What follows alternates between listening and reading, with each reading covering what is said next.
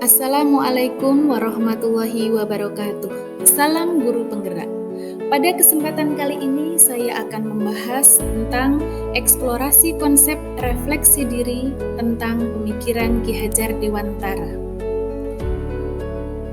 Yang pertama, intisari pemikiran Ki Hajar Dewantara tentang pendidikan. Ki Hajar Dewantara menjelaskan bahwa pendidikan dan pengajaran merupakan usaha persiapan dan persediaan untuk segala kepentingan hidup manusia, baik dalam hidup bermasyarakat maupun hidup berbudaya dalam arti yang seluas-luasnya. Lalu, menurut Ki Hajar Dewantara, pendidikan adalah tempat persemaian benih-benih kebudayaan dalam masyarakat. KHD memiliki keyakinan bahwa untuk menciptakan manusia Indonesia yang beradab, maka pendidikan menjadi salah satu kunci utamanya untuk mencapainya. Pendidikan dapat menjadi ruang berlatih dan bertumbuhnya nilai-nilai kemanusiaan yang dapat diteruskan atau diwariskan.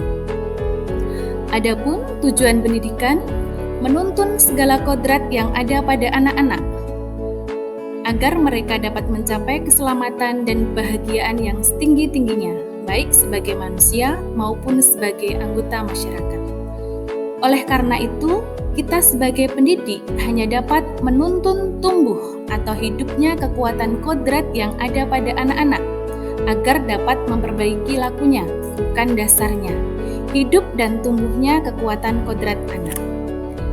Nah, pada kesempatan kali ini, saya akan menjelaskan Ki Hajar Dewantara mengibaratkan peran pendidik seperti seorang petani atau tukang kebun, di mana anak-anak ini seperti biji tumbuhan yang disemai dan ditanam di lahan yang disediakan.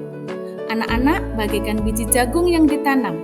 Bila biji jagung ditempatkan di tanah yang subur, dengan mendapat sinar matahari dan pengairan yang baik, maka akan menghasilkan bibit jagung yang berkualitas.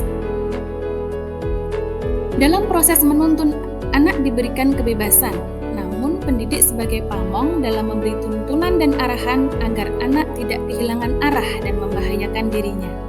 Seorang pamong dapat memberikan tuntunan agar anak dapat menemukan kemerdekaannya dalam belajar. Seorang pendidik harus menjadi teladan yang baik dalam berpakaian, bersikap, berbicara, dan lainnya. Ini yang dimaksud ingarso song tulodo.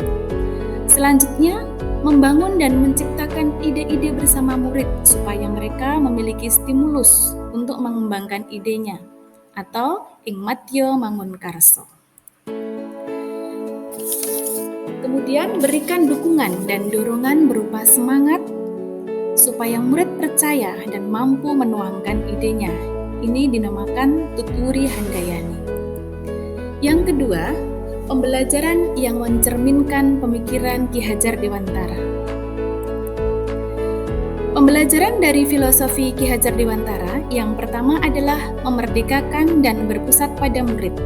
Yang kedua, tidak bertentangan pada nilai-nilai kemanusiaan. Yang ketiga, mengikuti perkembangan zaman. Yang keempat, pembangunan budi pekerti berfokus pada proses, bukan hasil.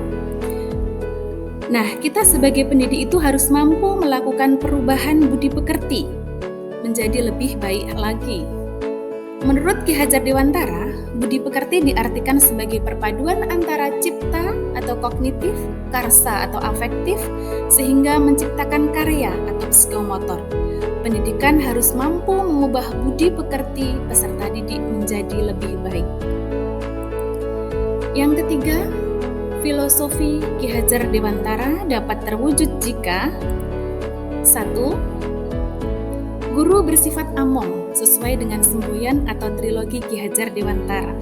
Kedua, pembelajaran sesuai dengan kodrat alam dan kodrat zaman.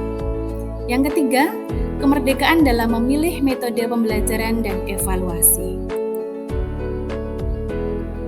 4. Konsep pemikiran Ki Hajar Dewantara di kelas. Yang telah saya lakukan di kelas adalah mengikuti perkembangan zaman dengan berbagai pemanfaatan iptek pada proses pembelajaran melalui platform yang menarik.